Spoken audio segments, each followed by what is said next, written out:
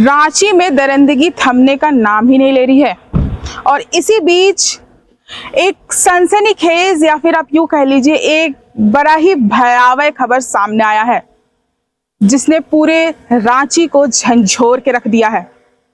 ये खबर है डेंटिस्ट के साथ दुष्कर्म की। तो कहानी शुरू होती है यहाँ से जब वो डेंटिस्ट अपने दोस्त के बर्थडे पार्टी में उसके फ्लैट गई थी। डेंटिस्ट की दोस्त ने उसे ये कह के बुलाया था वहां कि वहां बहुत सारे लोग रहेंगे, मेरी बर्थडे पार्टी है, तुम आ जाओ। तो इसी में वो उसकी बात सुनी और वो उसके फ्लैट पे चली गई। फ्लैट पे जाते ही उसने देखा कि वहां सिर्फ 3 पुरुष मित्र थे उसके और एक उसकी महिला मित्र जिसका बर्थडे था। पार्टी बहुत अच्छे से चल रहा था, सब कुछ सही चल रहा था। फिर अचानक से उस डेंटिस्ट को, यानी अब क्यों कह लीजिए उस पीड़िता को भूख लग गई। तो उसने एक अपने पुरुष मित्र से कहा, पेट नहीं भरी है, मुझे भूख लग गई है, मेरे लिए कुछ मंगा दो। तो उसके उस मित्र ने एक पिज्जा ऑर्डर किया। अब उस डेंटिस्ट को नहीं पता था कि वो एक पिज्जा उसका पूरा जिंदगी ऊपर से लेके नीचे तक तबाह कर देगा। उसका दोस्त पिज्जा मंगाता है, फिर उसके बाद उस पिज्जा में ड्रग्स मिलाता है और ड्रग्स मिलाने के बाद उस पिज्जा को उसे वो खिला देता है। जब वो डेंटिस्ट पिज्जा खा लेती है तो वो कुछ होश में नहीं रहती है। उसे कुछ भी याद नहीं कि उसके साथ क्या हुआ क्या नहीं हुआ, कुछ भी उसे याद नहीं है। फिर डेंटिस्ट सो गई और फिर इसी बीच उसके साथ क्या हुआ नहीं हुआ उसे कुछ नहीं पता। अगले दिन सुबह जब उसकी आंख खुली तो उसके रोंगटे खड़े हो गए। उसने देखा कि उसके बिस्तर पे पूरे खून से लथपथ थी उसकी बिस्तर। ये देख के वो डर गई और तुरंत ही हॉस्पिटल गई। हॉस्पिटल जाने के बाद उसने अपना जांच कराया। तब हॉस्पिटल में ये पता चला कि उसके साथ बहुत ही बुरी तरीके से दुष्कर्म किया गया है। हॉस्पिटल वाले को पता लगते ही हॉस्पिटल वाले ने तुरंत पुलिस को जानकारी दी इसके बारे में। और फिर इस जानकारी के बाद क्या हुआ, आइए देखते हैं पुलिस क्या कहते हैं इस मामले में। देखिए, 12 तारीख को लेट नाइट पुलिस को सूचना मिली थी कि एक जो महिला है वो एक हॉस्पिटल में उनका एडमिशन हुआ है और उसमें उनके द्वारा, उनकी एक फ्रेंड है, उनके द्वारा इनफॉर्मल चैनल से रात 12 तारीख की रात को पुलिस को इन्फॉर्म किया गया था कि ऐसी एक महिला है जो बलात्कार की शिकार हुई है। उसमें रात को ही जो पुलिस की टीम है उन्होंने जो महिला है उनको कांटेक्ट करने का प्रयास किया। तो रात को जो विक्टिम जो हैं उनकी हालत स्थिर नहीं थी और विक्टिम के द्वारा बोला गया कि मैं बेसिक डिटेल्स आपको बता देती हूँ और आप उसके बाद रात को 12 तारीख की रात को ही पुलिस की मल्टीपल टीम्स का गठन किया गया। अलग अलग थानों की टीम्स को बोला गया कि उन्होंने एक्यूज़ड का नाम बताया और एक्यूज़ड को ट्रेस करने के लिए रात को ही प्रयास जो है पुलिस के द्वारा शुरू किया गया। 13 तारीख को सुबह जो महिला हैं उनको वो थोड़ी स्थिर कंडीशन में थी, उनसे उनका बयान लिया गया और उसके बयान के आधार पर रांची पुलिस के द्वारा इसमें एफआईआर दर्ज की गई। जब इसमें एफआईआर जब ये दर्ज की गई तो ये पाया कि जो मेन एक्यूज़ड और उनके जो साथी हैं वो रांची से भागने की कोशिश कर रहे हैं और उनको इंटरसेप्ट करके बंगाल से उनको गिरफ़्तार किया गया। और इसमें उनके द्वारा बताया गया कि ये 9 तारीख को एक बर्थडे पार्टी, उनकी बेस्ट फ्रेंड है, उसकी बर्थडे पार्टी सेलिब्रेट करने के लिए वो गई थी। बर्थडे पार्टी सेलिब्रेट करने के दौरान रात को उनकी तबीयत थोड़ी बिगड़ी और हो सकता है उनके द्वारा संदेह भी जताया गया है कि हो सकता है कि उनको बर्थडे पार्टी में कुछ नशीला पदार्थ दिया गया हो, क्योंकि केक खाने के बाद और पिज़्ज़ा खाने के बाद ही उनकी तबीयत थोड़ी बिगड़ी थी और ज़्यादा बिगड़ी थी और उनको अनकॉन्शियसनेस होने लगा था और उनको शिवरिंग होने लगी थी। जिस चीज़ का फ़ायदा उठाकर एक दानिश नाम के जो व्यक्ति हैं उन्होंने रात को उसके रूम में ज़बरदस्ती किया उनके साथ और रात को उनके साथ बलात्कार किया गया।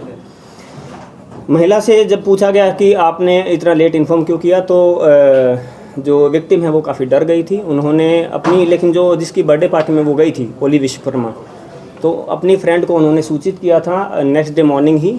हालांकि उन्होंने भी उनको यही बोला कि आप पुलिस को संपर्क मत करिए, इसमें बेइज्जती हो जाएगी, या जो भी अलग अलग तथ्य, अलग अलग एक्सक्यूज़ लेके उन्होंने इसको विक्टिम को मैनिपुलेट करने की कोशिश करी कि आप पुलिस को कांटेक्ट मत करिए।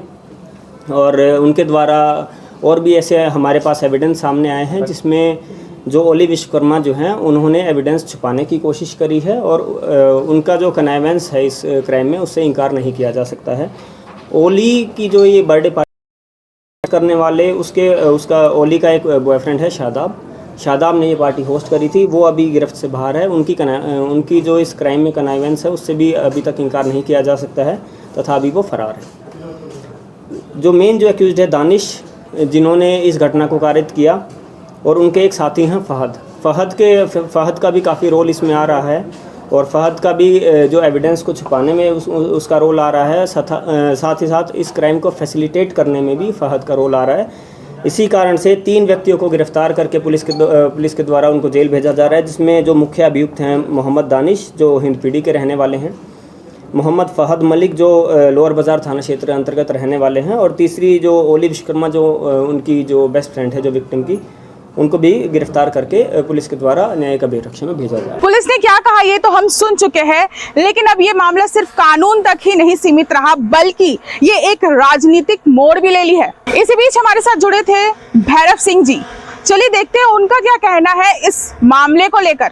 अभी एक डॉक्टर के साथ, उनको डॉक्टर ही कहेंगे, अभी वो ग्रेजुएशन अपना कंप्लीट की है, दांत की डॉक्टर बनने वाली थी, ग्रेजुएशन उनका कंप्लीट होता है, उनको उनकी ही एक सहेली बोलती है कि हमारा जो है बर्थडे है, आप पार्टी खाने आइए, और पार्टी में वो बहन जाती है और वहाँ पर दानिश उसको एक पिज़्ज़ा में और केक में पता नहीं किस में ड्रग्स मिला करके खिला देता है। तो सबसे बड़ा बात है कि इसको केवल आप रेप का एंगल से देख रहे हैं, वो ड्रग्स कहाँ से आया, ड्रग्स कहाँ से आ रहा है इतना झारखंड में, और उसका प्रयोग किस क्षेत्र में किया जा रहा है, या सोचने और समझने की आवश्यकता है। उसके बाद फहद और सदाब दोनों मिलकर के जो है उसका रेप में समर्थन करते हैं दानिश का, और बच्ची ने खुद स्टेटमेंट दिया है कि जब मुझे ड्रग्स दे दिया गया तो मैं थोड़ा भी होश में नहीं थी, दानिश मेरे पास आया और मेरे साथ गलत व्यवहार करने का प्रयास किया, मैं इतने नशे में थी कि मैं विरोध नहीं कर पाई। ये पीड़िता का बयान होता है, और वो विरोध भी नहीं कर पाती है, और जब उसका सुबह नींद खुलता है तो वो देखती है कि पूरा बेड में जो है ब्लड बिखरा हुआ है, और उसके बाद उसको ये भी नहीं पता कि दानिश ने उसके साथ बलात्कार किया, उसके बाद रात भर उसके साथ क्या हुआ, कितने बार उसके साथ शोषण हुआ, ये खुद वो समझ नहीं पा रही है, बता नहीं पा रही है। सुबह से रात तक केवल ज़्यादा से ज़्यादा बच्चियों को बहलाना फुसलाना, अपने प्रेम जाल में फंसाना, और फिर जब हम लव जिहाद की बात करते हैं तो लोग बोलते हैं कि नहीं ये तो प्रोपेगेंडा है। ये नाम क्या है, मैं फिर से नाम ले रहा हूँ, मोहम्मद दानिश। कौन है मोहम्मद दानिश?